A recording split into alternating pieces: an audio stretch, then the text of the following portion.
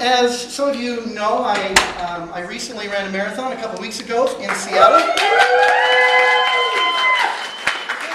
And so Carla wanted me to share my experience, and that's what I want to do is share my experience. So there I was in Bolt. I was sitting about there, and people were popping up, sharing their new goals with everybody. Somebody pop up and share their new goal of what I'm going to accomplish. And everybody cheer and roar. And somebody pop up and they're sharing their goal, and everybody cheer and roar. So I stood up and said, I'm going to run a marathon. And everybody cheered and roared, and then I sat down. And so it was like my consciousness, my drunk monkey, was hovering above my body, looking down, going, what did you just do? You said that out loud. Everybody heard you. Now you got to do it. You idiot.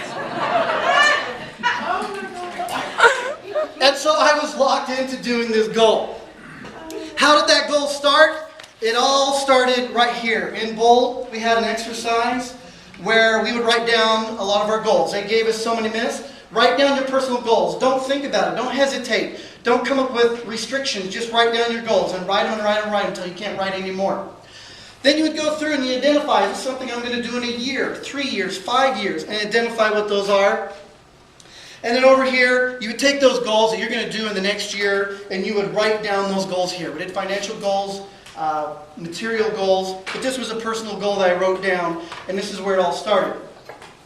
Basically, for years, every January 1st, I always said, I'm going to run a marathon this year, and for the last 3 years, I haven't done jack about it.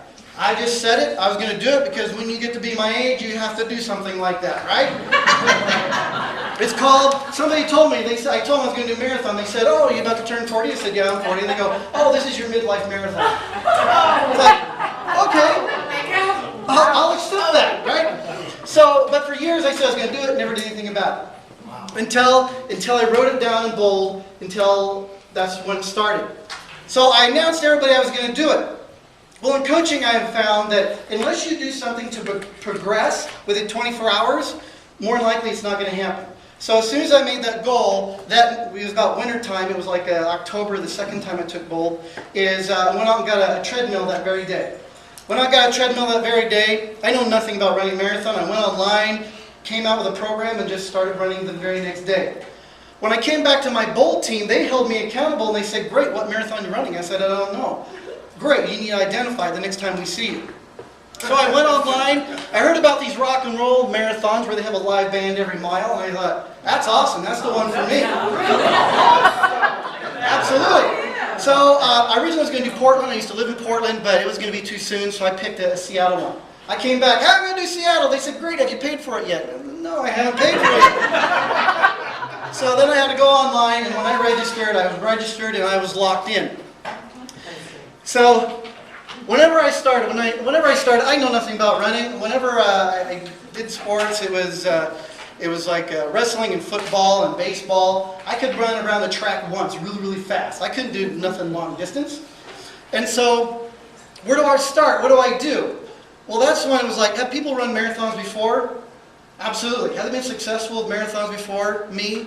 Absolutely. So, what do they say? Success leaves clues. So instead of going out there and me trying to figure it out all by myself, that's when I went out and I found somebody to help coach me. I found people who've been successful. I found a program that I could copy and emulate to be able to start on this new project that I knew nothing about. So here's the starting line. There's 26,000 people running the Seattle Marathon. Well, where are you? Where am I? Well, if you want to know the truth, you can see there's a little number 3 right here, and there's a 4 and a 5. They have them in waves, right? Based on your experience. I was in wave 31.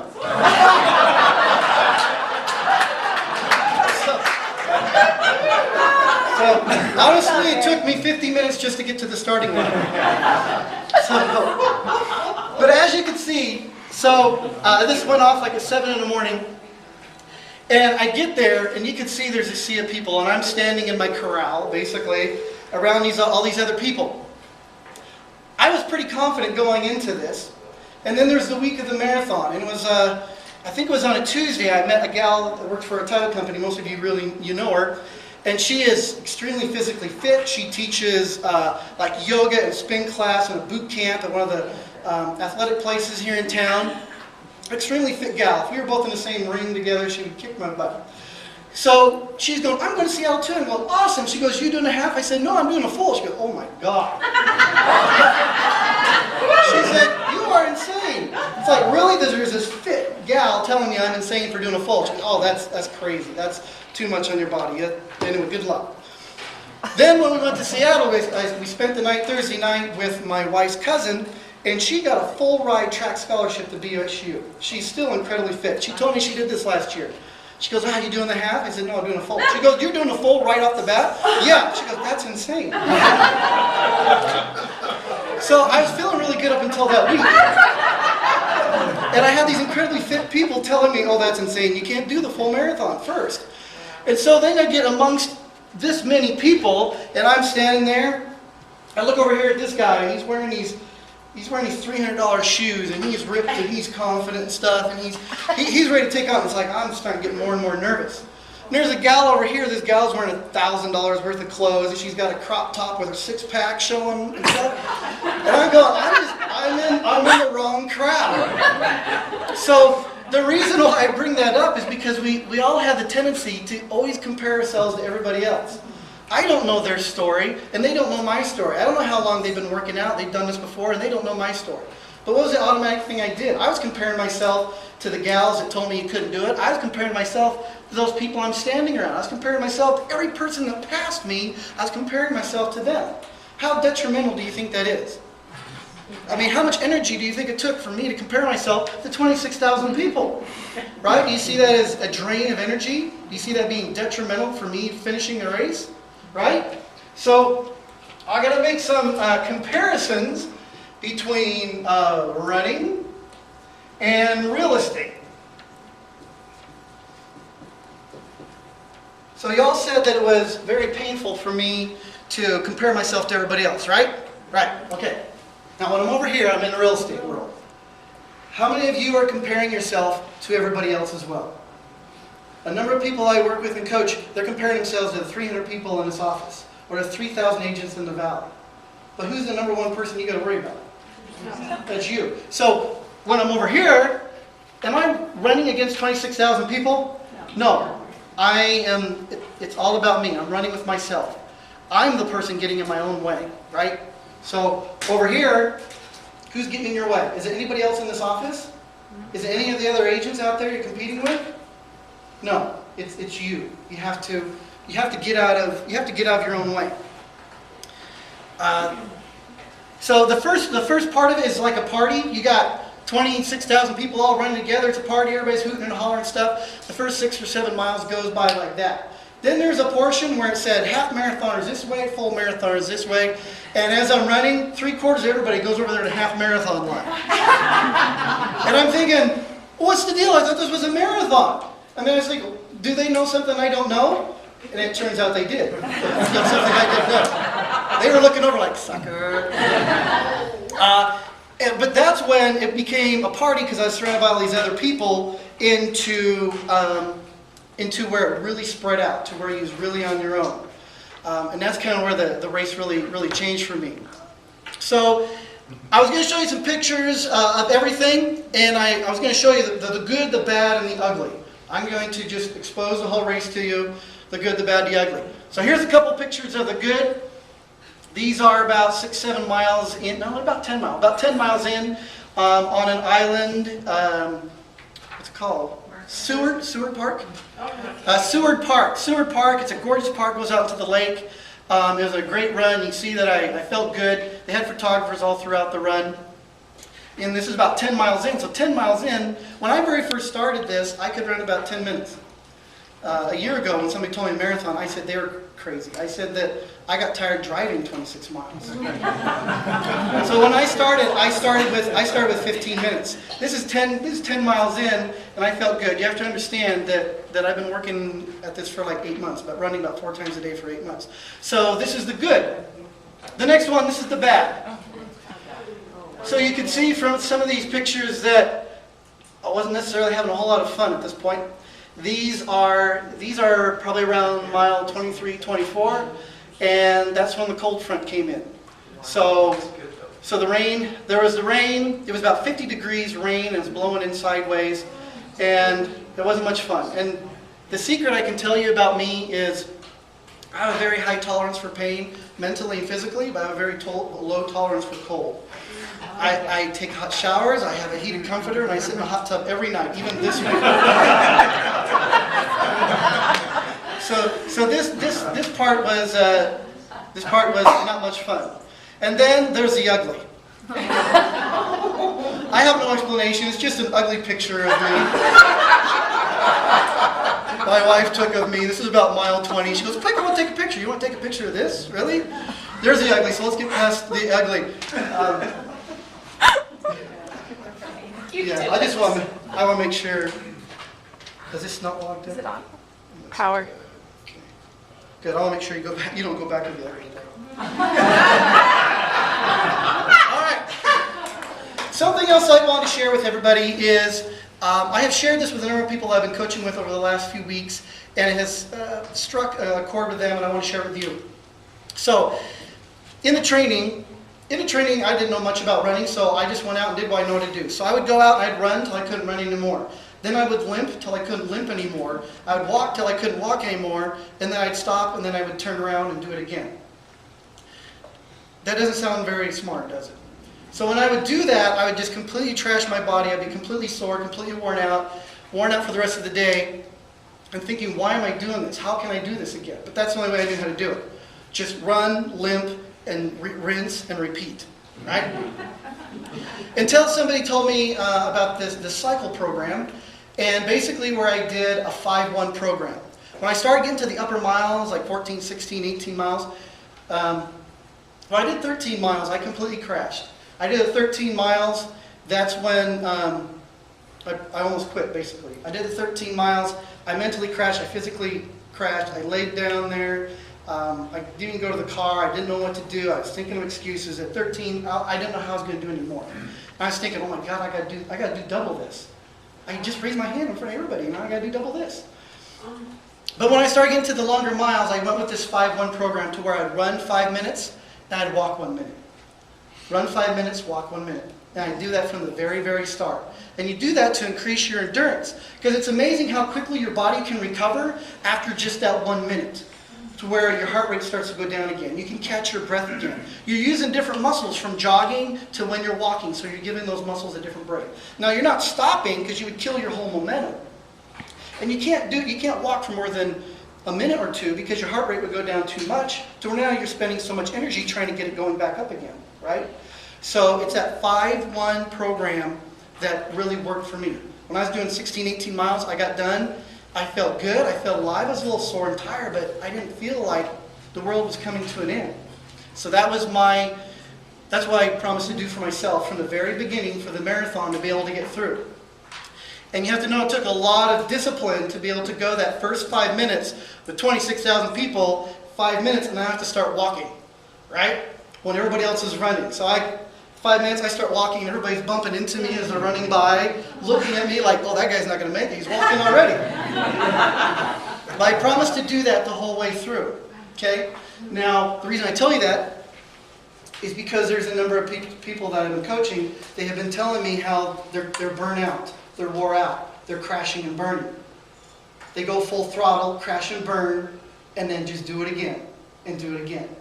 So when I mentioned the 5-1 running that I did, run for 5 minutes, walk for 1. Run for 5, walk for 1. Every time I told that to them, everybody started shaking their head, and everybody wrote it down. They said, yeah, that's what I need. Because that's what I do. I run, I limp, I crash, I repeat. So the 5-1 worked for me in the running. I believe the 5-1 could work for you as well. If you had it 5 days, if you ran, you did full throttle in real estate 5 days, and then you took that day off. And not stop, because if you stop, it's going to take too much to get the momentum up again, right? But if you take that day off, then you do 5 and 1. Maybe it's weeks. You know, like the Buffini program, they do blitzes all the time. If you went all out for 5 weeks, and then you took that week off, and not completely stop. You're still going to have to do a little real estate, but if it's, you take care of your family, vacation, everything else, you can recover. You can catch your breath. You can catch your breath. You can reorganize yourself to be able to do it again. So it worked for me in the long distance marathon. I think it could work for you in real estate. I think it worked for you in real estate as well. Something else which I found very interesting was, originally I had, this was the plan. This is like the running plan that I had. How many miles I was running, and I run the long distance ones on Saturday. Somebody had been successful before me, so I followed what they did. Now this is what I had in the winter, this is what I had on the treadmill, or this is what I had on the wall. And this helped keep me on track, and this held me accountable, but this wasn't very inspiring. Until a couple months ago, whenever they posted this on Facebook, then I printed this off, and I had one at home, and I put this on the wall instead of this. Which one do you think was more inspiring? Looking at this every day or looking at this? I was looking at this one. Because the visuals is very powerful. So this helps hold you accountable, and whenever we have you keep track of your numbers and hold you accountable, it keeps you on track, but it may not be inspiring to you. That's why we talk about having a vision board. Having a picture of what your goal is, what's your big why, a vision board. What is inspiring you? This keeps you on track, but this is what motivates you. Okay? Now, when I talk about keeping on track, the 5-1, one time when I didn't have my watch. How was that? How's a runner not have his watch? I didn't have my watch. How can I keep track if I'm running 5 minutes or if I'm just doing one? I'm not able to keep track of it. One time I did have my watch. It's like, okay, I'm not going to do the beeper thing. I'm just going to look down whenever I think it's time. And in the beginning, instead of running 5 minutes, I was running 8-9 minutes before I'd look down at my watch because I was feeling good, right? Near the end, whenever I thought my 1 minute was up, I looked down. It's like I've been walking for 3 minutes because I was tired and sore. I wasn't keeping track of my numbers. It was, I feel like it's about 5 minutes. I feel like it's about 1 minute, right? So if you ask me, am I hitting my numbers, I'd say, yeah, it feels like I am, right? So over here, when I'm coaching with people, so what is it you want to do? I want to make 10 calls a day. How are you going to hit your 10 calls a day? Well, sure I am. I call in between appointments. I call when I'm driving around. I easily hit that. Are you honestly keeping track of it? Or you just feels like you're doing it, right? So you have to keep track of your numbers to be able to keep you on track. Another thing that they talked about in running is you have to have a 2-minute mental video. And what it was is whenever you start getting down on yourself, you get a little tired, and you don't know if you can make it, you need to have a 2-minute video. One, think of the best run you ever had. What's the best run you ever had? What did it look like? How did it feel? What was the temperature like? I didn't include the rain in my video. But what was the temperature like? What was the sound of your breath? What was the sound of your footsteps? Everything around you, the river, the trees. What did that look like? What did it feel like? So whenever you start feeling down, you can revert back to that anchor. And that's mentally, psychologically, it's an anchor. And then visualize the finish. What's that finish line going to look like? What are the people, the cheering? What's the sounds going to feel like? Seeing your family there. What's it going to look like, feel like, smell like? And you need to have that vision. So whenever you start getting down, you need to go back to those different visions. Once again, think about your vision board. Think about your big why. Think of the best transaction you ever had. When things start getting down, look back at what that transaction felt like. And if you start getting down, look forward. What's your big why? If your big why is to take the family to Australia, great. What's it feel like to be laying on the beach and watching your kids play in the ocean? What does that video look like? So that's something that helped me out greatly. And so that's just something I want to share with you as well. Just a couple more. So this is probably the most painful photo I could find. This is about 24 miles in. You can see I'm not having any fun. You can also see that I had my old bracelets on the whole time. I wasn't having much fun at this point. It was about 24 miles in. You can see the rain. This is along the bay in Seattle, so the wind is coming in. It's very cold. My knee is sore. Once it started getting cold, my calves started cramping. So basically, all your training and skills are only going to get you so far. By the time I got to this point, training and skill that got me there. What got me the rest of the way was like this and this. And the same thing with real estate. All the training and skills that you build over here, it's only going to get you so far. 90% of the success in real estate or in anything is your mindset and is you. It's 10% is the skills and the training that you do. So, affirmations. Somebody asked me, I showed them this, and I go, oh my God, what were you thinking? About this. I was thinking, oh my God, it's so cold. I was thinking, why didn't I pick rock and roll San Diego? Yeah, rain in Seattle, who knew, right? Yeah. That's why we don't live there. That's right.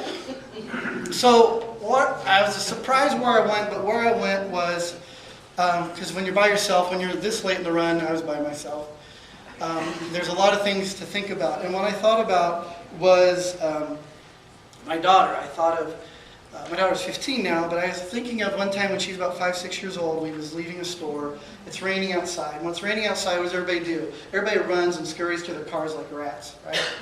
So I grab my daughter's hand and I'm running. It's like, come on, come on, come on. And she's just taking her sweet old time. It's like, come on, come on, come on. And you get to the car. She's like, well, what's the deal? When I say come on, you come on. And she goes, but Dad, it's just water. She was right. So that was my affirmation. I know that my face shows different affirmations, but my affirmation there was, Dad, it's just water. It's just water. After everything I've been through, as far as I got, do I like cold rain? No, I didn't at all. And but was I going to let something? Do I like cold rain? No. But was I going to let something like in the big picture of things? Was that going to stop me of getting where I wanted to go? As far as I went, as hard as I worked, was the water going to something I don't like? Was that going to get me down and make me stop? No, it'd be ridiculous. It'd be ridiculous for the water to make me stop and quit at that point. Although they had these, they called them shag wagons. They were these vans that was picking up people who quit, and you'd see people that go over there and they put these big warm wool blankets on top of them and stuff, and they get them a drink, and they get in the warm van. It's like, oh my God, it looks so good. I digress. Okay, so there's a cold rain. Good, huh? Dad, it's just water. It's just water. Okay, all right. It's just lead generation. It's just a phone call. It's just a phone call. Dad, it's just a phone call. Is it worth willing to stop over something you don't like doing? It's just rain. It's not going to hurt you. It's just a phone call. You know, Helen is just knocking on a door. It's just a phone call. Dad, it's just rain. It's just a phone call. Lead generation. It's that easy. Are you going to let something like that you dislike doing so bad it's going to stop you and make you fail? It's just a call. It's just a ring. So, a couple more things. Whenever I talked, like 5, 6 weeks ago, I talked about a John Maxwell book called, I don't know, what was it called? Putting Your Dreams to the Test. Putting your dreams to a test. There's 10 questions on it to help you identify what those goals and dreams are and how to identify them. The number one thing was ownership. So in the very beginning, when I was running and training, I initially thought I was doing it for all those people. Because I stood up and I raised my hand. I told everybody I was going to do this. So I was doing it for all the people in Bowl. I was doing it for the people I was coaching. I was doing it for Carla and Rita. But the fact is, you have to own it. Your goal, you have to own for yourself. There's nothing more powerful than doing something for yourself. So the fact is, me putting myself through so much pain and agony, and I had to eat good and stuff like that, to put myself through all that, for everybody else, I care about all of you, but for me to do something like that for everybody else, it's silly. It's silly. You have to own it yourself. This is my most favorite photo, and there was many months and many miles of training where I was running. I was running for that woman on the left because I wanted her to know that I was still the man she married years ago. I was doing it for that young woman on the right because she doesn't see how hard I work every day. but she saw how hard I worked for this, and she saw me finish. And so I wanted...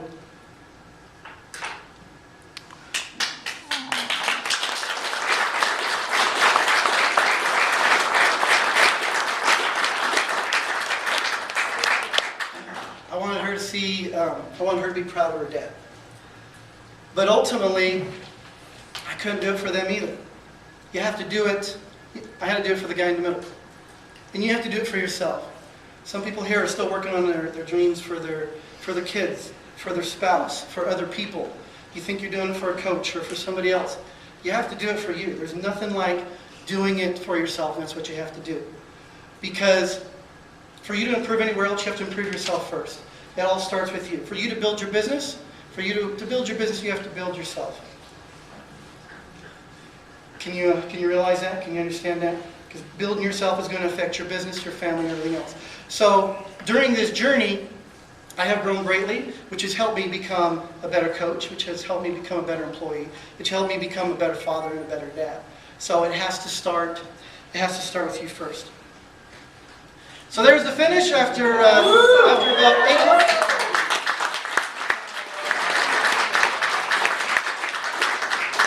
So after about 8 months and over 400 miles of training, and 26.2 miles, about 5.5 hours, and finishing in the rain, that's how it finished. So by the time I got done, it had been raining for an hour and a half. So by the time I got there, the band was gone, all the vendors was gone.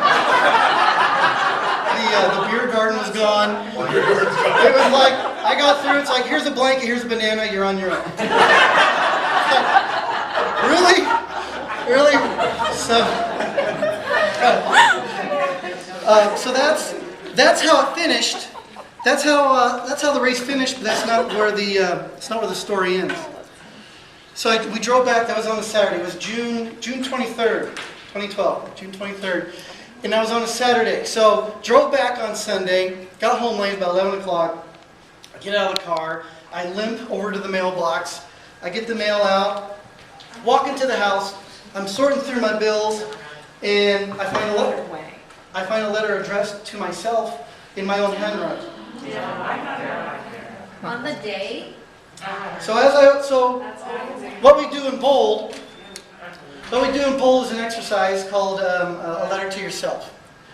So what you do is you write a letter, and you're writing it to Diana Kokoska, saying, Diane, it's been a year from now, and you'd be so proud of me because I just accomplished these goals. And you date it a year from now, and Bold holds it, and they mail it to you. So as I took this letter and I opened it up on that Sunday, I opened it up, and on the top it says, I am so excited, dear Diana, I'm so excited I took Bold. Here it is 1 year later, and I have accomplished the following things in my life. And on here I have that I have completed a marathon, and it is dated June 23rd of 2012. Wow.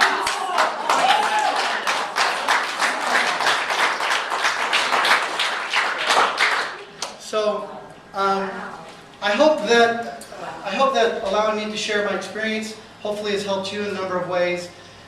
But you know, talked about affirmations, talked about the 5-1 principle, talked about not comparing yourself to other people. But the one thing I do know is a lot of people have a goal up here and they don't write it down because they just think, well, I always know what it is, it's always up here. But it all has to start from one place. It all starts from writing it down. So I would challenge everybody here, by the end of the day, what is that goal that you've been thinking about up here over and over again, but you've never written it down? Because this is where it starts, and this is how it finishes. So thank you for letting me share. Wow.